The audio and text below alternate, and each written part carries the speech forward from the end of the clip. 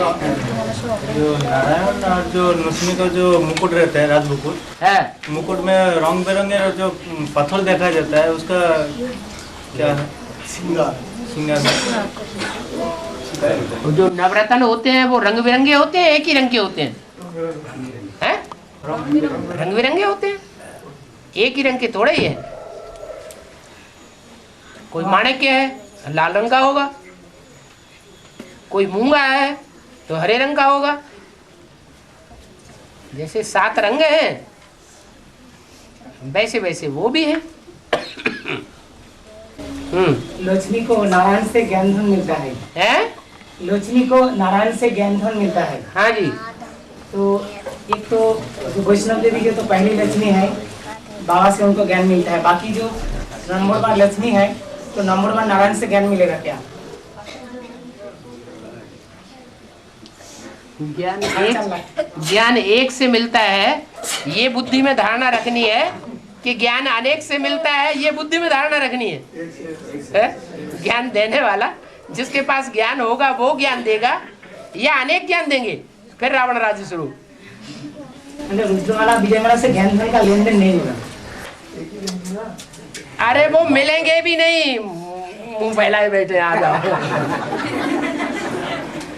जैसे लक्ष्मी नारायण को दिखाया गया है और जैसे राधा कृष्ण को दिखाया गया है, राधा कृष्ण एक दूसरे की तरफ प्यार से देख रहे हैं और लक्ष्मी नारायण तो एक दूसरे को देखेंगे भी नहीं। इंद्रियों का कोई संयोग नहीं, अतीन्द्रिय सुख लेंगे, संग संग रहेंगे, संग बुद्धि से रहेंगे। वो बुद्धि का साथ उन्हें चित्रों में साथ साथ दिखाया गया है। सागर में दूर दूर रहेंगे क्या? ये संपन्न स्टेज है, जो अंदर से साथ होता है उसको साथ साथ शरीर से रहने की दरकार ही नहीं है।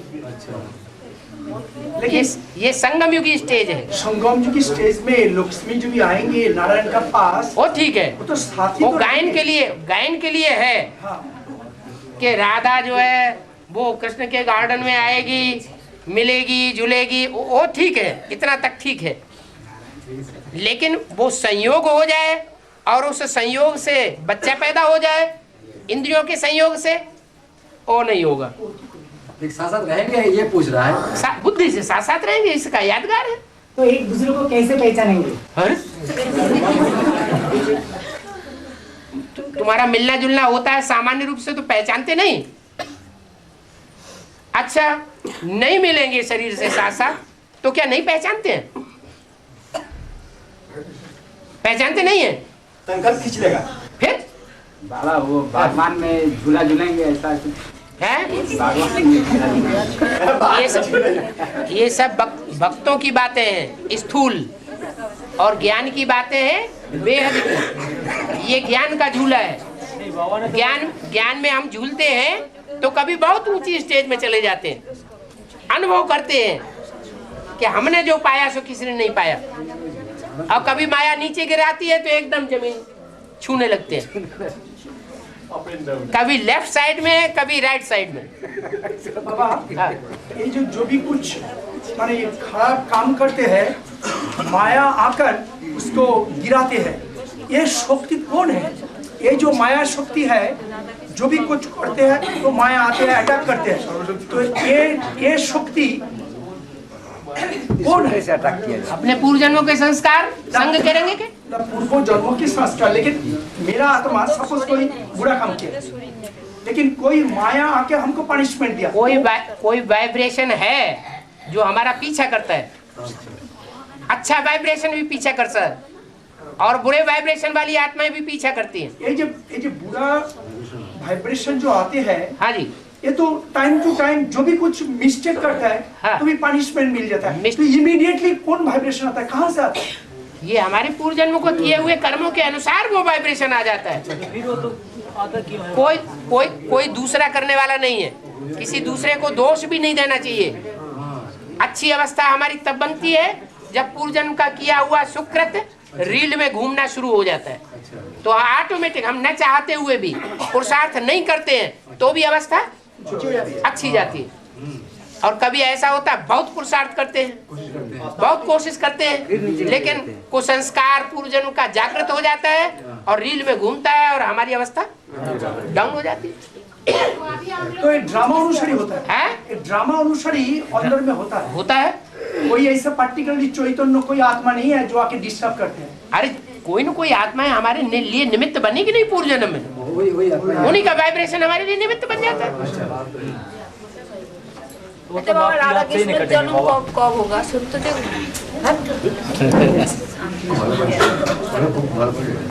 माता जी पूछ रहे राधा कृष्ण का जन्म कब होगा। आप पूरी मुरलियां कब पढ़ना शुरू करेंगे, सुनना शुरू करेंगे? नहीं, ये पूछना रहता है, बोला जो 18 साल कोई बातें बार बार मुरली में बताई गई है, बार बार क्लैरिफिकेशन में कैसेट में बताई गई है, वो सुनेंगे ही नहीं तो वही बातें सभा में पूछते रहेंगे। 16 সালে রাধা কৃষ্ণ জন্ম নিলে তারপরে 36 সালে ও রাজগদি পাবে না, 18 বছর বয়স হবে, তারপরে তো সত্যযুগটা बाबा हाँ। बुरा ना माने तो एक बात कीजिए। अच्छा बाबा बुरा मानते हैं? बाबा हाँ। दापुर से कलिजिंग तो जो कलिजिंग तक जो जो धर्म पिताएं आए हैं हाँ। उसका दिखाते हैं, जो स्थूल पोशाक दिखाते हैं, ड्रेस दिखाते हैं, वो बहुत हल्का एकदम थोड़ा थोड़ा दिखाते हैं। हाँ, तो अभी जो धर्म पिता आया है, नया धर्म स्थापन करने आया है, तो उसका पोशाक दिखाते हैं बहुत गंभीर पोशाक। शीतकाल में विंटर सीजन में बहुत पोशाक दिखाते हैं।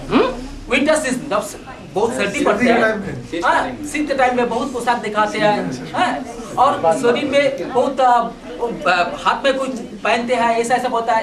लेकिन भक्ति का कोई गायन है, भक्ति करना माना है। थोड़े ज्ञान में जब चलते हैं तो प्रजापिता का पास ये देखते हैं क्या ये बहुत शरीर के ऊपर अच्छे पोशाक खोल के इतने लंबा लंबा क्यों बनाते हो, वैसे ही बोल दो ना सीधा सीधा, डरने की कोई बात नहीं है।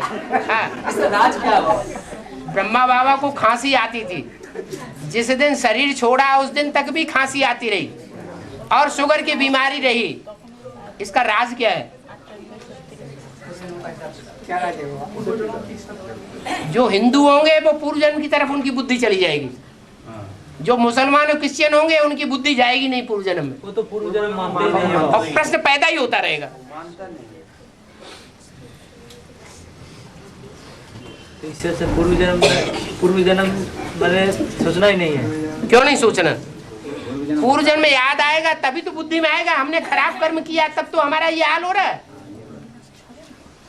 अभी हम अच्छा कर्म करें तो अच्छा हाल हो जाएगा। ब्रह्मा बाबा का शुगर का बीमार था? क्यों नहीं?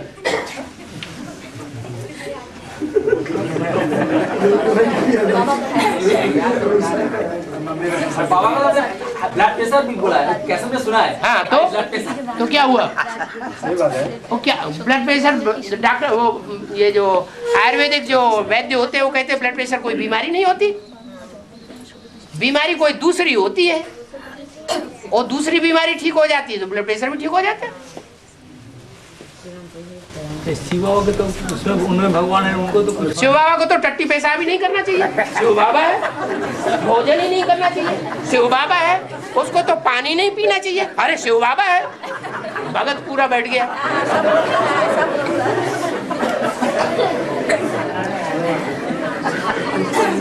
लेकिन सीन में बेल मारने से तो मेरे सीन भी तो भावना कीजिए।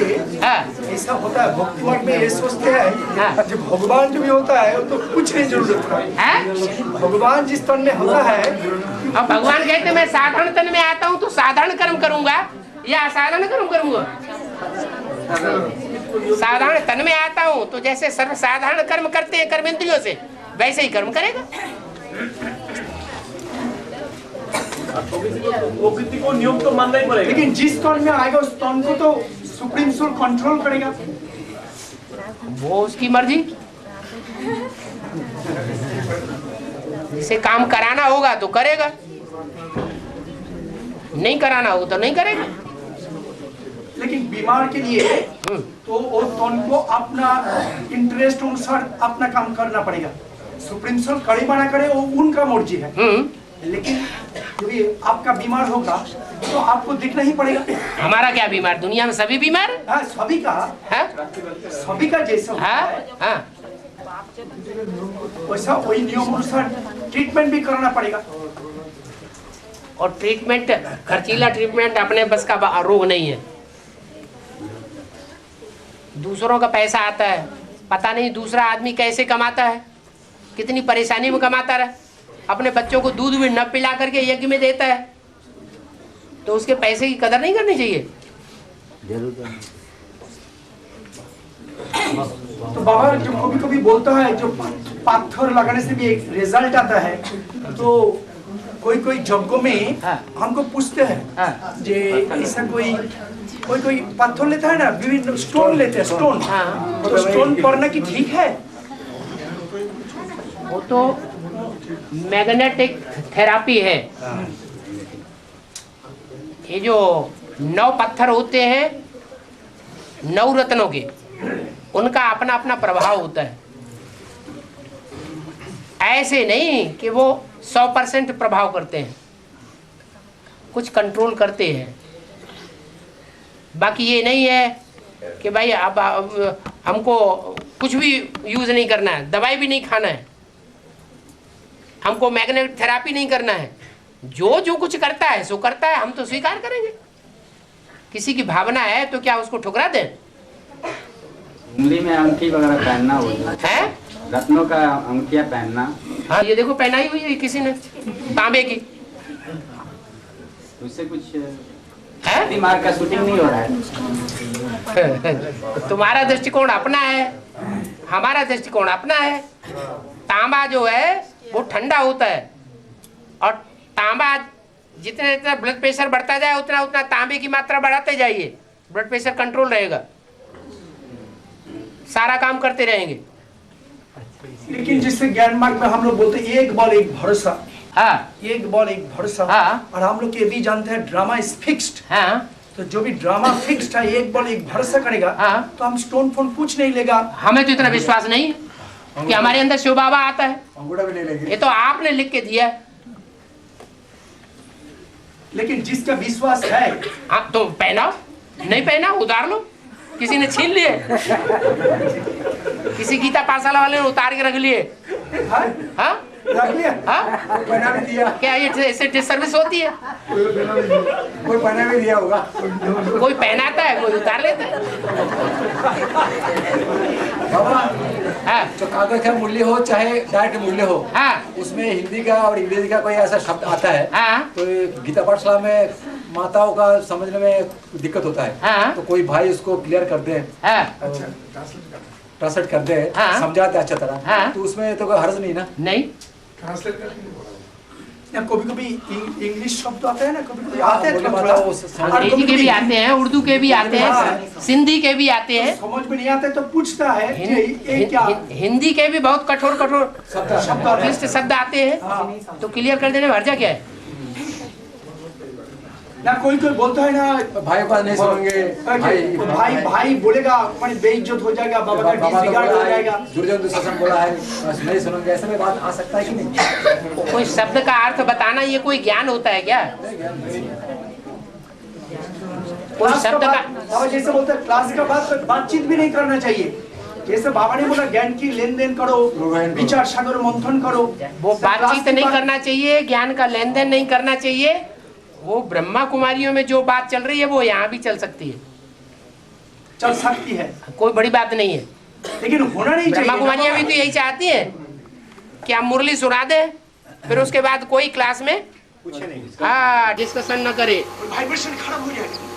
तो वाइब्रेशन खराब हो जाएगा तो इसके लिए वो अपनी बात करे, आप अपनी बात करो, हमारा क्या जाता है?